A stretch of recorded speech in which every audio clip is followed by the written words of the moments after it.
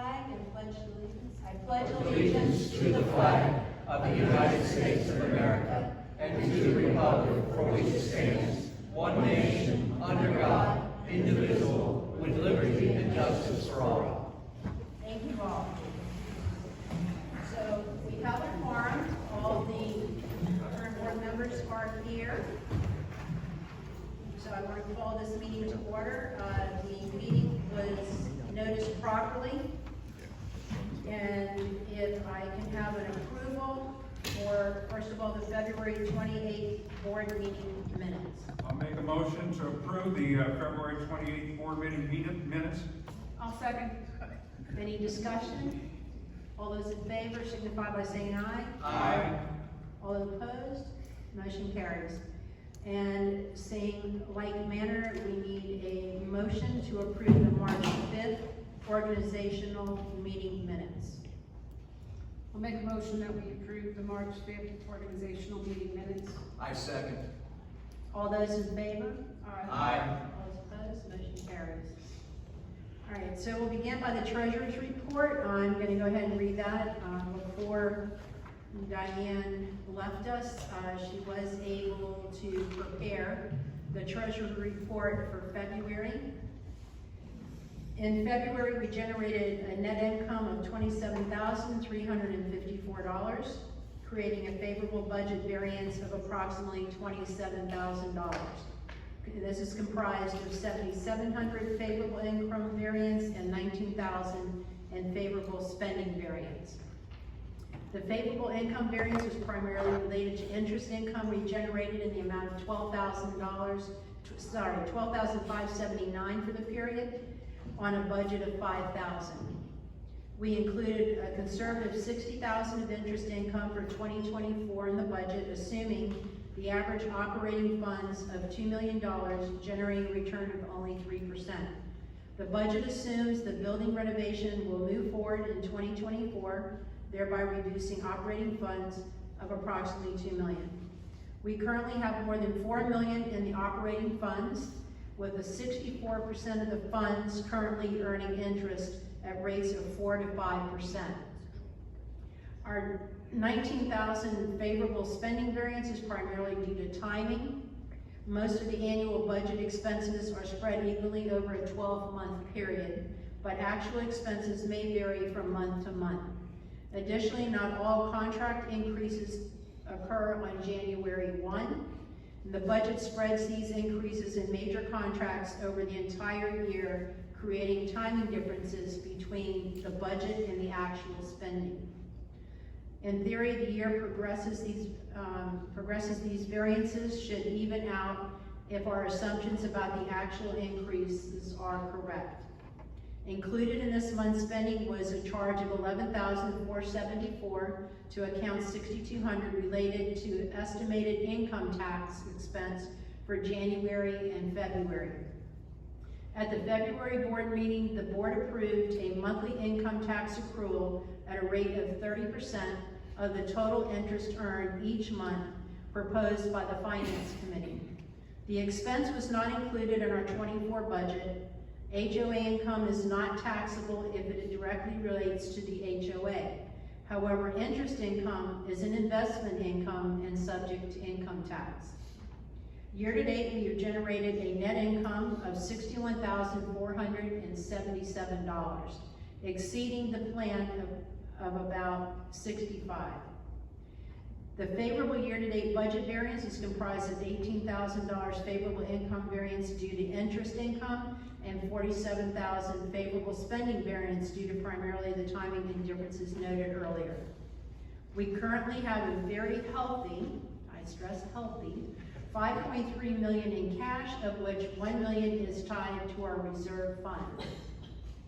Our restricted funds and retained earnings report for the month of February, it was decreased by $479,744 for this period, reducing our reserves to a balance at 12/29/24 of $1,038,008.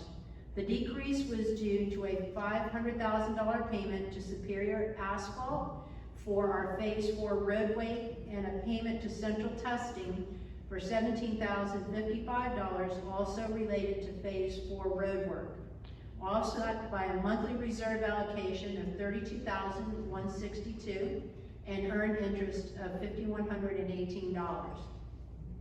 The cable deferred savings fund decreased by $3,534 this month, and that is consistent with the 2024 monthly budget allocation, reducing the fund balance to $459,408. The uncommitted projects fund was reduced by a payment of $114,344 to Superior Asphalt for the Phase 4 road work, reducing the fund to $657,512. Please note the total spending for Phase 4 was under the original proposal by $48,742. Given the actual asphalt required to complete the project was less than what was originally proposed. There were no other transactions this month impacting the restricted use funds. Our retained earnings balance before the audit, including 2023 net income of $187,022, was $577,587 at 12/31/23, but was reduced in February by $22,764 for a payment made to Florida Department of Revenue for the 2023 taxes, reducing the retained earnings to $554,823 at 2/29/24. Respectfully submitted, Diane Stanley.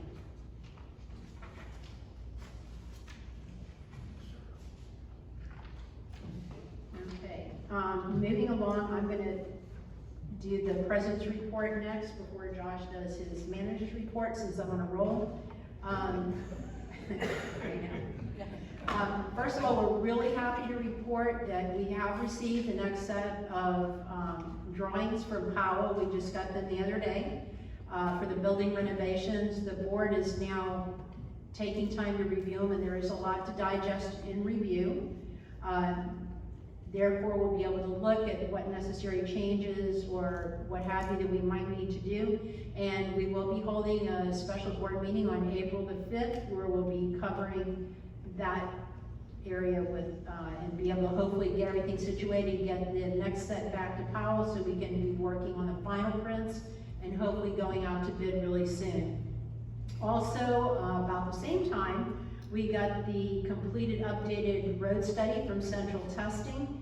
We're also reviewing that, and that will be covered on the April 5th meeting. Justin from Central Testing will be here and on hand to go over the report, answer any questions we have, and then the board will vote to adopt it as is, or possibly looking at some changes itself before we adopt that. Other meetings we have coming up will be, of course, our April board meeting, and also we have another special meeting on May 8th, which will be a workshop where we'll be going over updated ARC guidelines and also reviewing our current rules and regulations. And on a final note, I just wanted to say thank you so much to everybody who helped with our recent cookout. It was a huge success. We couldn't do it without all you volunteers. There's a lot of people putting in a lot of hard work. Our grill masters, Dave Englander and Josh, both. And not to mention all the people who prepped and did everything else, and also Matt, Drew, and John. And last but not least, our legacy band. That was the first time I heard him. All I gotta say is, oh my God, we've got some awesome, talented people in this community. So thank you to everybody. Josh, do you swear? Yeah, we can't forget Dave Squirt. He was the grill sergeant. He was The the grill hot dog. Yes. So, okay, like Terry said, the big accomplishments last month were getting the building plans and road study back from the vendors. We also were able to resolve the drainage, or I believe resolve the drainage of the shuffleboard courts. Where that terminated at the edge of the shuffleboard courts, we did an extension so it'll have more capacity to have runoff, and then we also added like a box that it can collect in and then overflow if it gets too much water in there. So hopefully that will work. We'll find out when we get a couple of good rains. The Scrub Day Trail, we've been working with Yellowstone, and ENC is on their last 2 months reports, have identified areas where vines have been growing and suffocating those trees. So I don't know if anybody's had a chance to walk out there, but one half of it, they went through and just cleared up to about 6 feet, or 4 feet or 6 feet along all the trees, killed all the vines. They didn't pull all the vines out of the trees, but those will eventually die and fall out of the trees. But they cleared all that out so that that growth should stop. And this week they'll be working on the second half and clearing that up as well. There's a few other areas in the community that I'm sure will get vine clearing as well, but we do only have a certain amount in the budget for that, and we were working on the highest priority in that area was identified as the highest priority. The landscape beds around the 3 ponds, we have pine straw that will be going into those, and a few additional grass plants to replace some that died over the year last year. Quarterly wetlands treatment, they were out this week to spray for primrose willow. That program is actually still going really well. They did tell me that there are a few areas where they're starting to see some of them that are in the wetlands come back, or some new growth. So later this year, we might have to do a drone treatment, or first part of next year. And then, like Terry said, the cookout, we just want to thank everybody for that. This year we had a lot of great volunteers that made that a lot easier, and that was a lot smoother. So thank you, everyone. Okay, under unfinished business, we have the shufflable court resurfacing. Do you have anybody wishing to speak before? We want to do the new members so they can participate. Absolutely, that would be wonderful. Well, we did have it under new business, so that's why I was waiting, but, okay, so what we're gonna do is go a little bit out of sequence here. As you all know, we have a vacant seat on the board, and we had 4 volunteers who submitted their forms and wish to be considered to replace the board seat. So what we're gonna do now, earlier today, just to let everybody know too, the board broke up into two different groups of 3, and we interviewed each individual. So what I'm going to do is, I will read the individual names individually, and if I could ask the board to please just vote for one individual, so as I call their name, I'll ask for who wishes to vote for them, and we'll go on from there. The first individual was Lee Evans. There are any votes for Lee Evans? Next is Todd Peschlein. All right, well, I think that is unanimous vote. So we, at that point then. Yeah, you can do it that way. Yeah, so at that point then there's no one else that we would have the ability to vote for. So Todd, it's unanimous. If you'll come and join us,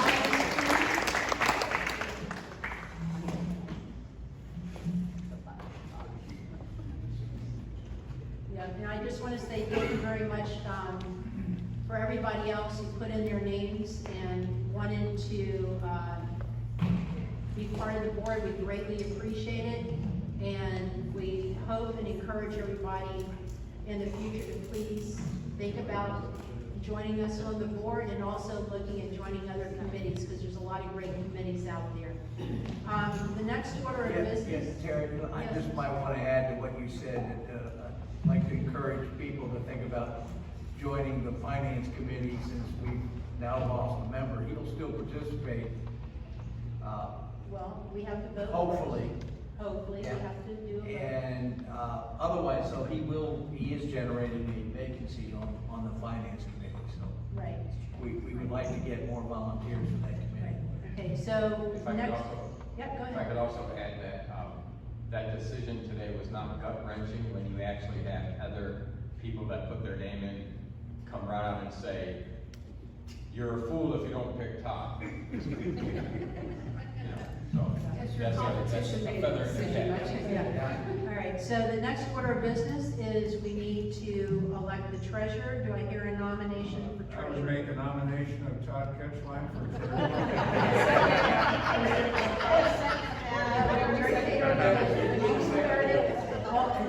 Any discussion? All those in favor signify by saying Aye. Welcome, Todd. We're so happy to have you.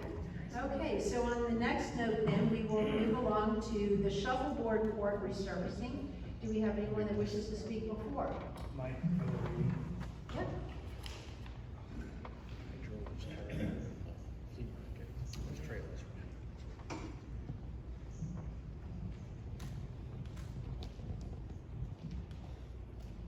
Good afternoon.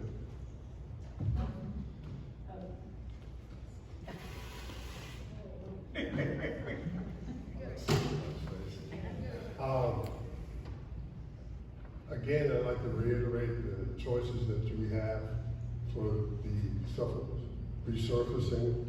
And I think that with the extra cost, I think the Needy Corporation and sports people should do the one that do the courts, seeing as though they're the ones that did it first.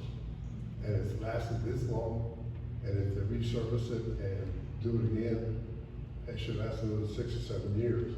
Now that Josh has cleared the water drain problem, it shouldn't have any more problems with the water rising up that far.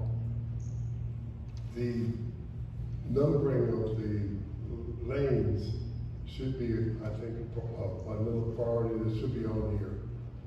It's already on there. The lane should be, the gutters should be painted with the numbers, not the triangles. Okay? Keep the numbers off the court.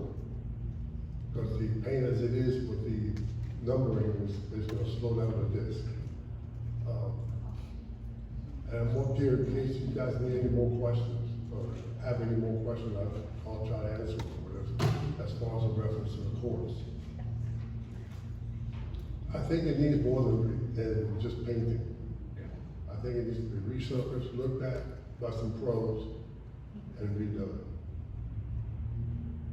Mike, could you tell me if, NIMBY, 90, whatever they call themselves, Right. they had optional add-ons of replacing the bumpers. Can you, give your opinion as to whether that needs to be done this time or not? It's an additional $600, and we just need to know if, in your opinion, it's prudent to do that now or next time or whatever. It could probably wait, because they don't get a whole lot of damage from the banging, this and stuff. Aesthetically, it would probably look better if it was replaced with the rest of the court. That's just my opinion. I'll willing to chip in the $600 if that's necessary. Well, we're not asking you to do that. I'd rather perhaps do it now if you think it's prudent than to pay an additional fee to have it done in and by itself if they can't last until the next time of resurfacing. It will probably last. It's just starting to fade in color. With people stepping on with the disc hitting it with the weather. That's the only thing I see with it. Like I said, aesthetically, it'll probably look better if it was done completely, because they're gonna have to get under that to finish the painting and stuff, and they're gonna put them back on there, so that may do some wear and tear. It's rubber, so it's gonna deteriorate. Great, thank you. Anybody else have any other questions while he's up there? No? All right, thank you so much. Do we have Thank you. anybody else, Matt? After you guys make Okay. a motion. Okay, all right, so I think pretty much, except for maybe Todd, has had a chance to review this. Do we have a motion? I'll make a motion to accept the, 90 proposal, with the optional, remove and replace the bumpers on each end of the court. Is there a second to that motion? Okay. Is there any discussion? Frank, do you have anything? Well, I just wanted to note that, 90, is that right? Yeah, well, that's what they call it. Whatever, yeah. United gives a 1-year warranty, Taylor Tennis gives a 2-year warranty. I didn't quite understand up at the top saying that, they weren't going to do anything inside the triangles or whatever. I'm not following that completely, maybe somebody could. So that's, yeah, go ahead, Bob. That's legal, that you don't wanna, as they just mentioned, you don't wanna paint numbers inside the triangles, because that will throw off out. Gotcha, okay, so that's a good thing. It's good. Excellent, okay, good. My only concern with the other proposal, even, I know it's less, is it's just paint. Mm-hmm. Right, they're not gonna grind or anything Yeah, else, exactly. right? Oh, okay, okay. So Right, this one right. seems to be. I would agree. Yeah, Chris, do you have anything? Nope. No? Barb? Dave? No. Mary Kay? So we approve the 90 proposal, is it with or without the bumpers? With the bumpers. Okay. With the Yeah. bumpers. Yeah. And it does, we need to amend that to say it comes out of the reserve account. I'm sorry? We need to amend that to make sure it comes out of the reserve account, that's where we're going to, that's where I'm assuming we're gonna spend for this.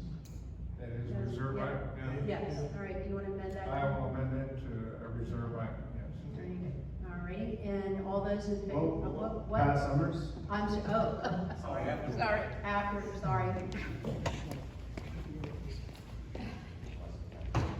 I would just like to ask the board that when they send the contract into needing, netting, whichever, that they ask if they can schedule the work for after May 27th, after the league is done, because so many of our players are leaving to go back home because they're snowbirds, that we wouldn't be able to extend our season.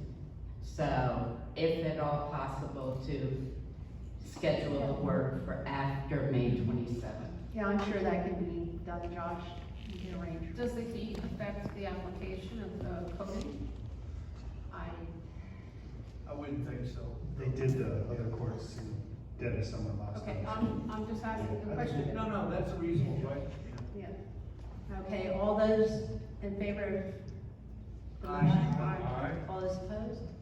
Okay, motion carries. Can I just make a? Yeah. Mm-hmm. We talked about it last time, and maybe I'm the only one that cares about this, but when I was looking at those the other day, I do think, and this is maybe something that just John can do, I know he has the yellow paint, but where it goes up on either side, you can't see that visually, and you can catch your foot on that. That can be a trip hazard. I think it would take, just an hour maybe to paint a stripe of yellow where that goes up between the courts, so people can see visually that it's a change of elevation, you don't catch your foot. It's a trip hazard, so. So I would probably, I mean, I can do it, no problem, but I would probably wanna talk to the people that use it all the time, and because it's been that way for 7 years. Well, that's fine. And I don't wanna paint something and then have them be upset with it playing, Well, throwing off their game. That's fine, just, Yeah. It's like a curve, we just painted the curves out here not too long ago, so. Sure. All right, Josh, can you check with them? That would be great. All right, so moving right along, the dock proposals. As you know, we have two different ones, and we've had a little bit of time to review it. One was from American Marine, and the other was JSC Contracting Incorporated. Is there anyone that would like to make a motion? Well, is there anybody that wants to talk about Oh, Do you want me to give a little I'm bit of- sorry, yes. So last time Josh, to give us some background. Last time we met, there was some, we reviewed like 3 different proposals. And we wanted to get a better idea of what you guys wanted and what the RC Sailboat Club wanted. And we took some of that information, sent it back out to vendors, and these were the proposals that they came up with. The closest one to what they were looking for, or I believe everybody wanted, was the JSC contracting. That one is higher because it has a lot more railing. It has I don't know what you call them, stanchion or slats or whatever in between the railings. And it's a little bit safer. The other, so it's just a bigger dock with more material. That's the main reason why it's quite a bit higher. The American Marine one has the floating dock, dock, but there's no, when you get down to the floating dock part, there's basically no railings around it. The JFC dockhead would have railings and a gate where you could then drop the boats into the water from that gate, and we could then secure it when it's not being used for that. So, that's why it's a little bit higher. The other thing I should point out is the fee that they have calculated in that. There's a permit fee of $2,500, and that's for residents. I don't know if we'll have to do a commercial or a resident one. If it's a commercial one, that fee is $5,000. If it's residents, it's $2,500. So we'll just have to figure that out. One question I had too is, from JSC, it says, this is an estimate, not a contract of services. So if we decide to go with JSC, would this number be one that they would accept? Yeah, if it's built as proposed, then Okay. that'll be the number. Where that could change is if they get out here and do the drawings and something has to get modified in order for the project to work. So if they have to add a little bit, subtract a little bit, if they have to, you know, because it still has to get drawn up and then get permitted and then built. So, I have a couple, I'm sorry, Okay, go ahead. okay, Go okay. ahead. I think the other thing is, the American Marine is for marine treated decking, and Well said. the other one includes composite decking. So Yeah. composite decking is an extra $3,200 from American Marine, so that brings the estimate so close together that, they're pretty close. yeah. Right. Right, Dave, did you have something to say? Yeah, I'd like to second what Mary Kay just said. That's one of the big differences I noticed in the two proposals. One is using marine treated, wood. The other one is using, a Trex type of wood or composite wood, which I think we all know, will hold up much better for much longer and look more attractive over a period of time. The other thing is, hasn't JFC, this is for Josh, hasn't JFC done any work in a community like Legacy before? They don't know whether they'll have to get a commercial or a residential. Well, they do, that's why they said they may have to get a commercial. They'll apply for it because it's a residential neighborhood, but if Lake County requires them to do a commercial one, then, the reason it's kind of questionable is because if it were to be like a business that's using it for a commercial purpose, then they would clearly have to do that. Oh, yeah, right. But in this case, it's just If everybody's on it all. Yeah. Yeah. Okay, Barb, do you have anything? No, I did want to point out, according to my poor math here, it looks like the LSC is actually 70 square feet more surface area than the American Marine contract. Oh, Yeah, it's a bigger company.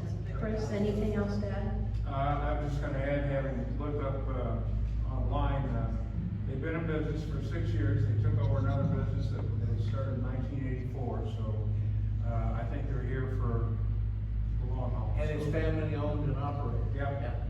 And Frank, you had a chance to talk to Brian, right? Yes, so, Josh asked me to, well, let me digress. We went out to the pond about a month or so ago, and we looked at everything that would pertain to this, and then Josh asked me to talk to Brian, the sales rep for JSC. I did speak to him the other day, had a great conversation with him. He explained to me the product that they use is called Wear Deck. It's one of the best out there. It's not just vinyl, and it doesn't have any of the sawdust in it like Trex has.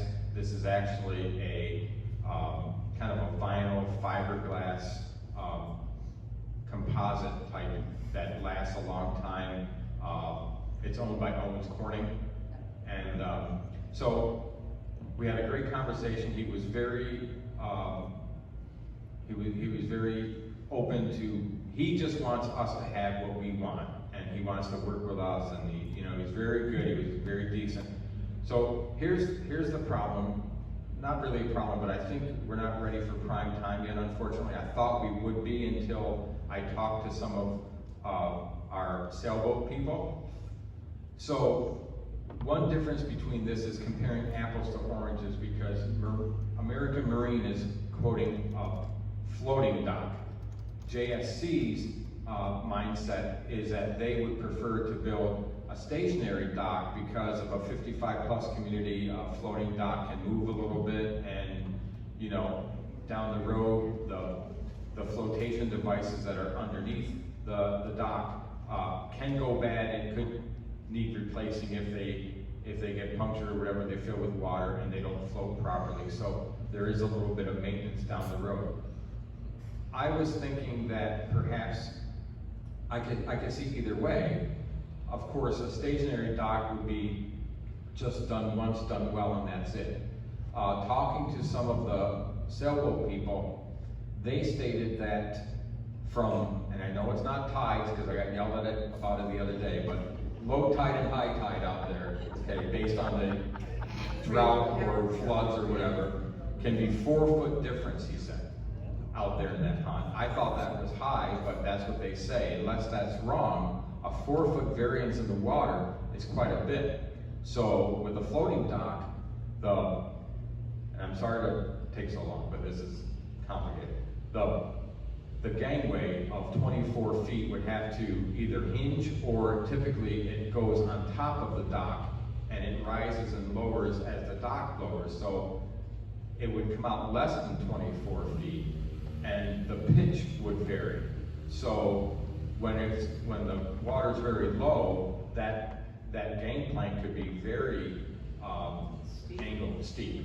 You know, when it's hot, the water's high, it wouldn't be as much, but you'd have to have enough movement on the top so the gangplank doesn't fall in the water, okay? So they recommended not floating.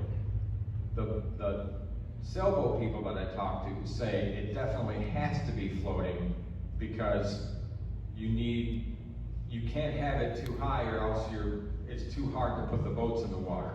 So at low tide, it could be very, very problematic putting the boats in the water, and it would defeat the purpose of wanting this project. Now, we're doing this primarily for the sailboat club to make it safer because they're the ones that use it the most. They're there every week. We're also building it for the rest of the community, that they can just go down there and look at the water, they could fish, they could bring their grandkids down there. So I guess we need to really nail down how much variance that water is and how much, if it has to float or not, or if there's any way that it doesn't have to float. And then if it's determined that we do prefer a floating dock, we need to talk to Brian again and have him give us an amended estimate to make it floating. So, sorry it took so long. No, that was good. And Todd, I'm sorry. No, go ahead. No, go ahead. No, I was gonna say that really, we have to figure that out, and, if it's floating, there is a little more risk involved. Right. Well, as I read, and it was something that I was gonna bring up, the American Marine is sort of a 3-piece dock, right? One out, one floating. And It's what I call a hybrid, yeah. Yeah. And the level of that pond, because I live right down there, does vary a lot. I mean, it's not like it's 2 or 4 inches so you can pay. I would almost think you'd have to have a floating dock. I mean, to even, you're gonna get the rains in the summer and then it gets dry in the winter. It has a lot, but I would think that a floating dock is the only way to go. I like JSC's thoroughness. I like the fact they bring up we need a permit and all of this other stuff. Almost like the design of the American Marine better, because I want something that floats. At least that's my first thing. Chris? I think maybe we should talk to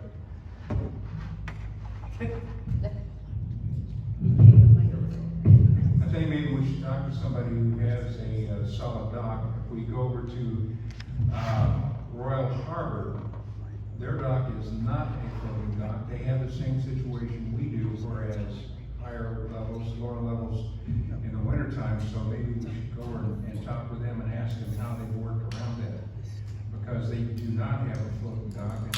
And I understand if we want people out on that floating dock, is it gonna be safe for 5 or 6 people to be out on one end of the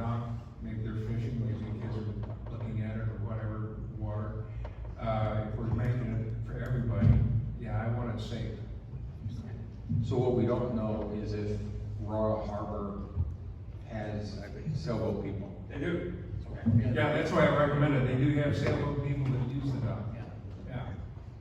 And this isn't like screwing up the whole thing. This might be something as simple as just talking to Brian and saying, you know, the water does vary a lot, and can you amend the estimate to make it a floating dock, and could we talk a little bit more about that? And he might say, yeah, that's no problem, I'll have it for you tomorrow. So, you know, this isn't like Well, totally back. are we 100% sure we want the ability for residents to sit off the edge of the dock and drop their hands in the water? No. And drop boats? No. An alligator. Especially since what happened in Pembroke Fairways. Yeah, someone- I'm just, it's just, I think you guys should figure that out. But they're doing that now. I mean, they're walking to the edge and putting their boats in. Yeah, but I think if we give them a different way and say, this is the way we prefer you to do it, then if they do it, that's fine. So perhaps we have to talk about how far the drop is, right? What do you mean? Well, if I'm dropping in my boat, I'll use a really dumb example, from 20 feet, right? If I'm 20 feet above the water, that's not going to work. Now, is 3 or 4, is that too high to basically drop in a boat? I have no idea, but I think. Yeah, that's something we'd Right, talk right. to them about. Right, but if that's true, if you can take a 3 or 4 foot drop, then I think a fixed dock would not work. I just don't know the answer to that question. Maybe a possible answer is, could we put a couple of steps on one area where they could actually step down with a handhold, for the lower, when it goes lower? That way we could have a solid dock, but they could have a couple of wide steps where they could step down when it gets lower. You could do that, yeah. I mean, that might be a way around it to work for everybody. My only concern with that is if you have kids and, you know, hopefully you would hope their parents or grandparents are with them, if now you're having them step out even with the railing going down. Oh, you can put You a have gate on. stairs into the pond, which is going to apply to a kid. Oh, I can go swim. Right, and even though they're not supposed to, and that would be my concern with doing something like Well, that. perhaps the common sense compromise would be that, I think it could be fixed, and we could have steps going down, and even if the lowest step is submerged half the year or whatever, that's fine. But remember, we're having a 4-foot gate on that, and all that we need to do, the only time that gate ever has to be open is when sailboat people are putting boats in the water. So we put a lock on it. Yeah. And you have the sailboat people have the lock, and they have to always lock it before they leave. That always has to be locked until they use it. That would solve everything. It's like we do with the bocce balls. We lock them up, you know, unless one of the bocce officials comes, we can have bocce. But I think we're talking about a whole different thing with bocce and that being locked But what I up mean versus- is what Frank was saying about a lock and the Right, key would be held by right. people of the sailboat Right, club. and I understand that, but my concern still is, someone is still gonna be responsible for it, and we're hoping they're gonna be responsible, and all it would take is one time for something to happen. That's just my opinion, so I guess at this point, what I'm getting is that we need to table this. Mary Kay, sorry. So, I hate to be the bad guy here, No, but we that's- have been kicking this can down the road for over a year. We have asked on numerous occasions for specifications. We've gotten from the sailboat club what they want. We've submitted it to vendors. We've gotten proposals back. Why are we hesitating again? I think Frank's suggestion to go back to the people that want to do a stationary dock and ask them if they can do a floating is our best option. I don't think we should delay this any longer. It's getting to be a thorn in my side. I'm Right. tired of talking about it. But the reason why I said that is because you still got to get a new price, and we have to be able to vote and approve whatever that amount is. We can't just say, blanket, we're gonna approve it. So I'm I not would think saying. that a floating dock is cheaper than a stationary dock because. No. I know, it's No. not, it's more involved. If I could interject that, and I didn't say this earlier, but when I talked to Brian, he was very bending over backwards saying, we will work with you. So for instance, you will see the bench. He has an 8-foot bench there. and I think it was, I got it covered up, $2,500 for the bench. Now, when I talked to him, I said, come on, Brian, $2,500 for a bench. And he said it was because they use the product wear deck, which is very expensive, but it would be a permanent bench that it would just be an integral part of it. And he goes, but look at, if that puts you guys over budget, you know, you could go to Costco and get a plastic bench and we'll screw it on for you, and you know, we'll save you money. He said the engineering and permitting, if you guys want to do that yourself, we can cross that off the list and you guys do that to save you money or whatever. So he was just using that as examples of you know, working with us. Now, if we went with his recommendation and went with a stationary dock, but with steps going down a few that are gonna be stationary, okay, so they're gonna be safe, where the gate is. And if it is locked, I think we have a few civil people here. Would that accommodate the needs? Carl? Well, they signed up to talk, so if you guys want to just have them start that. All right, well, Wait. we need to know, that's all. I'm sorry. That's okay. Look, time out. You haven't been called yet. She will. Yeah. I'm sorry. You said, hang on. That's all right, that's all Hang on. right. I'm sorry, Carl. My bad, Carl. Yeah, yeah. Mary Kay, you had something? No, I'm just, this has been going on forever. We need to make a decision here. We have to stop Fine, saying. get that done. We have to stop saying we need to talk about specs, we need to talk about specs. We've talked about specs for a year and a half. Somebody needs to make a decision. Carl, you wanna come up? Yes, Carl Apple, 774. Yeah, thank you for having me first off, and thank you for all the trouble you've gone through with this, because I agree, this has been kicked down the road for a long, long time now, and we've been actually after this for over 4 years. Thankfully, we have this group that has taken it under their wing to do something about it. But before, all we ever got was no. Can we do this? No. That's what we got. Now we have some hope here that we're going to get something done in the near future, hopefully over the summer if possible. We have a bunch of guys that are really into this, and we have more and more coming on. Right now we're looking for more boats because it's hard to find them. We have people up in the villages that are wanting to sell us boats so that our fellows can get out there and enjoy this. But back to the whole problem is we need a close entry to the water, because if you've ever seen what we do with those boats, there's a carrier, and that carrier is only so long. If it was longer, it becomes a two-handed affair to get the boat in the water. What we want is we want to be able to hang on. We want to be able to hang on. So Carl, if I could ask you a question. Absolutely. We're trying to get this put to bed one way or another. Yes. We could get another estimate for a floating dock, and it may very well be more expensive than what they bid. I'm asking you specifically, is if we had, say, 2 or 3 steps that go down from the dock that is stationary, okay, maybe 18-inch steps or 12-inch steps with a railing that is on the distal side of the gate. So you could step down and you could hold a handheld, you could have an ADA compliant handrail on those steps, and you go down 2 or 3 steps contingent upon how the water level is.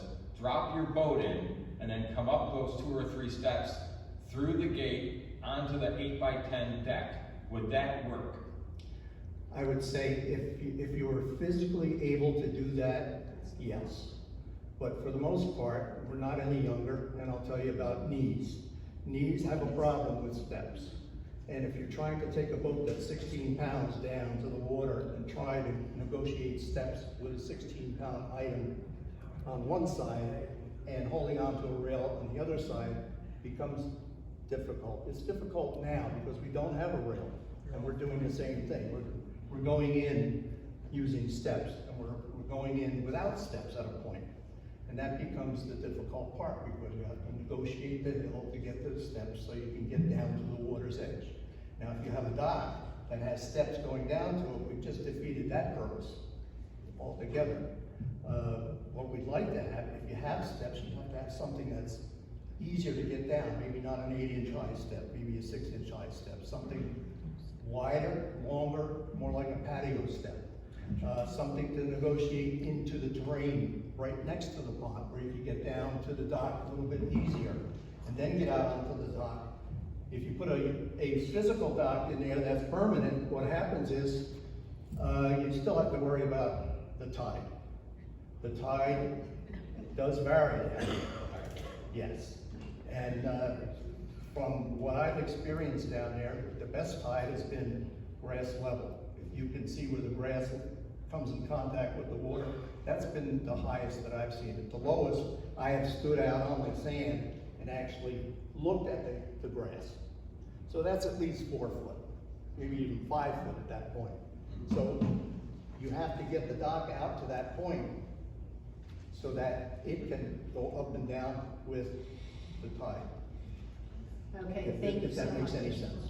Yeah, thank you. Does anybody else? Yes, Dave? I feel like I'm in the infinite loop here. I mean, I'm like Mary Kay. We've been kicking this can down the road, seems like forever. And, you know, now we're talking about making different design changes to what we want in terms of this dock. And I thought Josh had gotten the input that we were looking for previously. So now we're hearing, well, we gotta make changes to the design. Well, it's not so much change in the design, is that one individual gave us a price on a floating dock, and the other one bid on a stationary. So if we're leaning more towards, if we're leaning more towards JSC, then we have to get them to supply us with a bid for a floating dock, because right now theirs is a stationary dock, and we're hearing that they need a floating dock, and that's what's most beneficial. Is that what we asked for? A floating dock? That's what some people have asked for, yes. Is that what you asked? Yes. Well, I got both. Yeah. Okay. And a contractor that says that they don't think it's a good idea. But I agree with the contractor about so that. here's one way we could get past this. What we could do is contract them to draw up specific plans that they would then file for a permit. And before they file for the permit, we could then approve those plans. So at least we're picking a contractor, we're asking them to draw something up. We'll pay them that portion of the fee that they were going to charge to do that, and at least we can get something that is specifically drawn up to what you guys want. And then we're not kicking the can down the road, we're moving forward. Well, I have a question on that. We have a second proposal here that is exactly what we're looking for with the floating dock. That's actually $2,000 cheaper than the stationary dock. We know that the company doing the stationary dock, to flip it to a floating dock is going to be more expensive. So why are we not looking at the one that's already prepared to? Because it's just marine grade lumber, it's not composite. For $3,200 more, it is then marine grade, But it unless I read that wrong. also Did I read it wrong? It's marine grade lumber rather than Okay, being wait, a hold composite. on. Let me recognize each one, please. Todd? I was just gonna say, when you're looking at price, the JSC includes the $2,500 for the permitting. It was not included in the American. Okay, that's a big one. So I think when you begin to go more apples and apples, I think that the price becomes close. There's no railings on the American dock. No, and it's It's a wide smaller open. dock. And it is a smaller dock. So we want to throw away the green one completely. We're good with that? Yeah. Yeah, okay, I'm good. Yes. I'm just Okay. asking the questions. Okay, go ahead. Railings can be had on a floating dock. There's many different types of railings that can be put on them. It depends on the floating dock itself, how wide it is, how long it is per section. Each section gives you a little more stability depending on how wide it is and how long it is. Railing would be put on just like you have on stairways, going up and down a stairway. Wrought iron railing, not that they'd be wrought iron, they'd probably be aluminum, but similar to that, where you could negotiate and have a gate, a double gate, something that you can have two sides, maybe 4 foot, but go 2 foot, 2 foot, open it up, and drop the boat in. We can't be any more than 18 inches off the water. It's too high off the water for that. So a question I have is, if you don't, I'm sorry. Yep. Is, okay, I don't do boats, but I wanna go fish. So I take my whole family out there, grandkids, and there's 6 of us. And we go to the end of that floating dock and it starts to tip. Is that gonna be an issue with the floating dock for people who, besides the boaters? Because it's just not for you, it's for the whole community. Understood. Yeah, so is that gonna be a problem? The problem is getting the floating dock to be sizable enough to handle that amount of people. Okay. It's displacement, that's all it is. Okay. And as far as the tubs that are underneath, they can be filled with foam or they'll never leak. Okay. So to alleviate that situation, do we just need to put a sign on the dock that says maximum weight capacity or maximum That's number of people? I mean, that's a simple fix for too many people on the dock. That's true. They don't follow those signs just like. And they that'll do cost, what, for the $25? Yep. Okay, so in order to not kick this down the road anymore, do we have, is there anybody else? 2 more, okay, sorry. Who's next? Trevor Honey.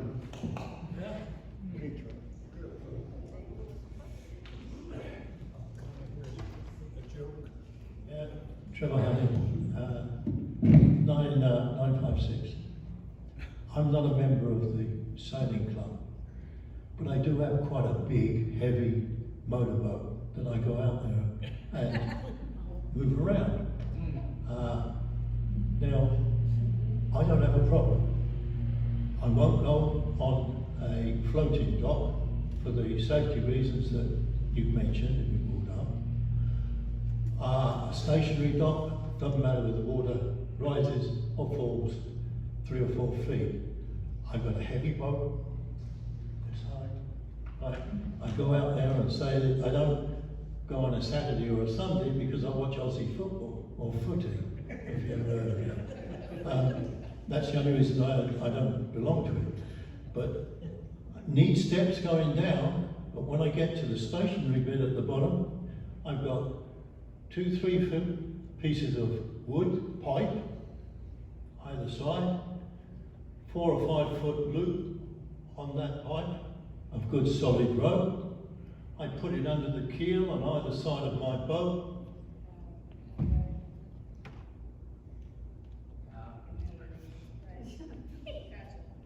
No problem. I insist you leave that solid piece there because I'm not going to use anything else. I'll use what is there. And I do it very nicely. Easily. I'm going to go on and pattern that, by the way. That thing. But it's not a problem. If you've got a solid dock, you can do the same with a solid dock. I don't have a mast, a high mast that I can help control the boat with or anything. I just put it under the keel on either side. I lift it up, go down, and I just put it in and flip this one off, that one off. Away we go. Same when I take it out of the water. Make sense? Yep. I just wanted to contribute that little bit of information. Thank you. Thank you, Trevor. And who else do we have? Jerry Wilk. No comment. Chair doesn't want to speak. He doesn't want to speak? Okay.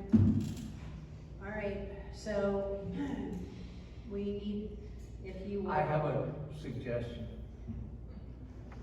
In order to move this forward, why don't we approve this bid from JSC, but we instruct Josh to get them to give him a cost on the steps down on the end of the stationary dock. If anything, it can replace the $2,500 bench that they're gonna put on the dock. We can get our own bench, Home Depot, and have it installed there. So I mean, we could prove it for this amount of money. You would substitute the stairs or the steps for the bench so that you don't exceed the amount of money that we would be approving. Well, we're assuming that the steps, there again, throwing this out myself. Sure. I'd say if you all wanted to entertain, move forward with this bid, have Josh get the cost for the steps, And then you can always keep the bid as is and then stipulate the cost not to exceed X dollar amount for the steps, otherwise then he would. So are we throwing out the idea of the floating dock completely? Did I miss something? That's what Dave is proposing. That's what I'm suggesting. I think I prefer the floating dock. I do too. If Well, you- I've had experience with you need to floating come up to the docks. microphone. The parks I'm gonna in use- Lake County Be and all over careful. the world have floating docks. I don't see any problem with it personally. Jerry Wilker. You need to Commodore. speak. Yeah. Commodore. Commodore. Wilker.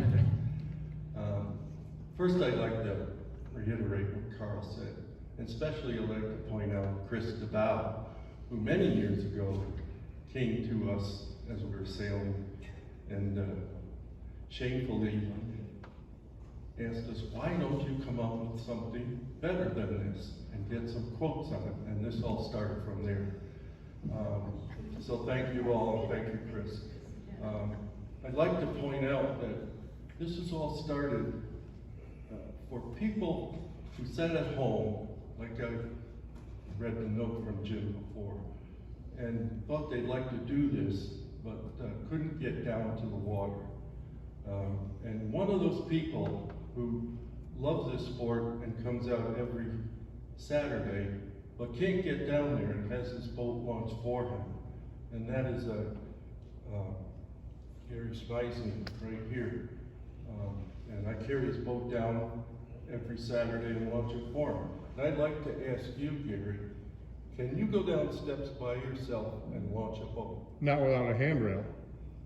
With a You need handrail? the railing is the most important. You're dealing with old people with weak legs and weak knees and a slippery slope. If there's a handrail there, you could carry the boat in one hand and hold on with the other. So if you put a permanent dock down and steps, if there's a handrail going down the steps, great, you just solved your problem. Okay. And that's what we're talking about with the Handrails. Handrails are more important, and not slipping, you know, the slope of the thing. You really want to have some kind of non-slip surface on that. But the old guys with bad knees need handrails. So if I could interject, whatever kind of deck we get, let me just throw this out there. I spent a good amount of time talking to Brian the other day about this, and we talked about coefficient of friction on the decking. We talked about angle of the slope, whether it was going to be ADA compliant. We talked about having a graspable handrail that's ADA compliant, which is, this is my business, and it's very particular how handrails are made to be ADA compliant. We talked about the balusters having to be 4 inches of space between them and no more than that. That's code, that you have to have a 4-inch sphere, and a 4-inch sphere cannot fit through any opening in the baluster. So we have all discussed this. So it will have handrails. Everywhere is going to have handrails and balusters and all that. So that's what we're going to have, regardless of whether it floats or not. So I think the thing is whether we have JSC give us a quote for a floating dock with the gate, or if we go with a stationary one, it would have to have some steps that are, let's say 18-inch or 16-inch wide, 6 inches low, and maybe you need 3 or 4 of them when the water is at the lowest level. Either way, it sounds like it would work as long as there's handrails on both sides. So we just have to decide whether we go with a floating deck without any extra steps, or the stationary deck with some steps going out that are always locked up unless they're doing the boating. So that's how I see it.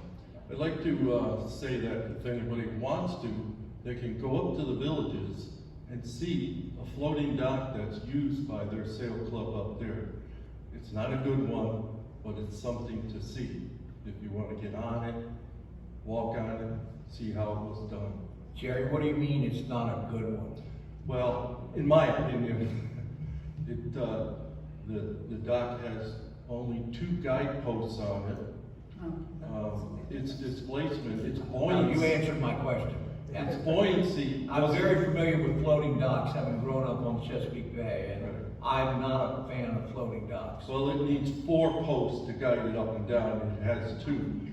It's, displacement, it's buoyancy, that all has to be calculated to what size tanks they use underneath, and this one was not done correct, because the, people launching boats have to bend way over and do it, and they're elder people too. So, you can go and see this if it's important to you. So are you in favor of a fixed dock or a floating dock? No comment. I really don't know. Floating would be better for me with 4 posts, and that is calculated correctly. And you make a good point, Chris, if you put 6 people on the end, that I believe it might tip that way, unless it's gonna bind in the post apparatus. Right. So, All right, moving forward, I'm gonna take the giant leap here. I'm gonna make a motion, we accept JFC Contracting's bid for the stationary dock, that we instruct the CAM to get a price for the additional steps going down, and the amount not to exceed $1,500 for the steps. So you're already covered based on your allowance in your guidelines that if I go above that approved amount, there's, what is it, 5% or 10%? Yeah. It's 10, but the other concern is if the permit goes up. So honestly, I mean, if this is something we want to do, we want to get it done, I would make the amount, I would make the amount be great, because if it is a commercial permit, and you get $2,000 for the steps, you're getting up to $2,800 bucks. So that's what I would do. Okay, so I'll amend the motion to say we approve JFC, if additional, to include additional costs for permitting, if it winds up being 5,000, that is increased by that, and the percentage we're allotted, over that amount to be able to include the steps. Okay, so I'm gonna tell them I want them to build that dock plus steps. Yeah. I'm not bringing that back to a board. And handrails. No, and with the the steps with the handrails and the surfacing or whatever. Okay, first, hold on. Motion's on the floor, is there a second? I'll second it. Now, any discussion, Todd? Well, my first question would be, I'm not quite sure I got what the amount was we were giving to Josh. So I think it just should be a straight dollar amount that Josh. I heard 30,000. Okay, I did, I didn't the motion. That's what Matt wrote down. All right, and what account number would we take that from? I would take that from account 2070, which is community capital improvements, because that's literally what. Yes. what we're doing. And any other discussion from you, Todd? No. Okay, Frank? I'm very glad we're moving forward on this. Other boards have not. The way it is out there now is kind of dangerous. It's like they're half pregnant, and it gives us a liability. So I'm glad we're doing some of the difficult things that haven't been done in the past. All that being said, I'm a tad uncomfortable with this whole thing started by the sailboat people. And in the end now, it appears that we're giving them something that they came out point blank and said, that's not what we want. I just want to hear the assurance from them that if we do go with a stationary dock with steps going down on the other side of the gate that are safe, that are wide, that will get them to the water where they need to be, with handrails on both sides, that they are going to be happy with this. I don't want to spend this much money, and we only have one shot at doing this right, and have them unhappy. So Somebody's gonna be unhappy. Yeah, that's right. Whether it's the 6 people or the other 5%, I have no idea. Somebody's gonna be unhappy. We had 3 people talk, one for the floating, one for the non-floating, and a third person either way. Just wants a doctor. So, yeah, that's where we stand, so. And Gary did say if, and he's the one that has had a lot of issues with it, said there was a handrail and so forth, that Acceptable he would, stairs, it would yeah. be an acceptable stairs, that he would be fine with it. So he's one of the main ones that's having issues, so I think he would know better than the rest of us. Barbara, do you have any? No, if they're fine, I'm fine. If you could shake your head yes or no. Go with it. Go with it. I like the way this is turning out. Okay, Mary Kay? Amen. All right. I'm sorry. One other thing has to be mentioned. This is a 24-foot gangplank. That has to be very close to the edge of the water. If you're over there, and like I said, we spent time over there, we will additionally need to cut some level areas out of The bank. the bank. And with like, whether you use railroad ties or whatever and backfill with gravel or whatever, but there will still need to be a significant amount of steps going up to the flatter part of the grass there, okay? Because there's no sense building a $30,000 deck and having somebody fall on their rump because they're going down a slippery slope. So it doesn't have to be steps that are like 18, I mean, it could be like 3-foot steps, you know, and we'll see what we need, but that work is also have to be done. It can't be that expensive, it should fit in that 30 grand, but we need to be cognizant of the fact that that is going to have to be done also. Thank you. Josh? It'll be taken care of. It'll be taken care of. Okay, all those in favor, signify by saying Aye. Motion carries. All right. Hallelujah.